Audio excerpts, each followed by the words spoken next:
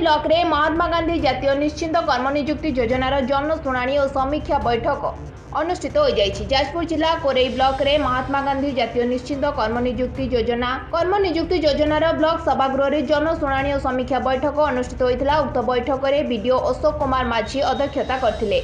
এই যোজনার 2024-25 आर्थिक वर्षर अक्टोबर 2023 रु 31 मार्च 2024 पर्यंत सामाजिक समीक्षा करा जायथिला।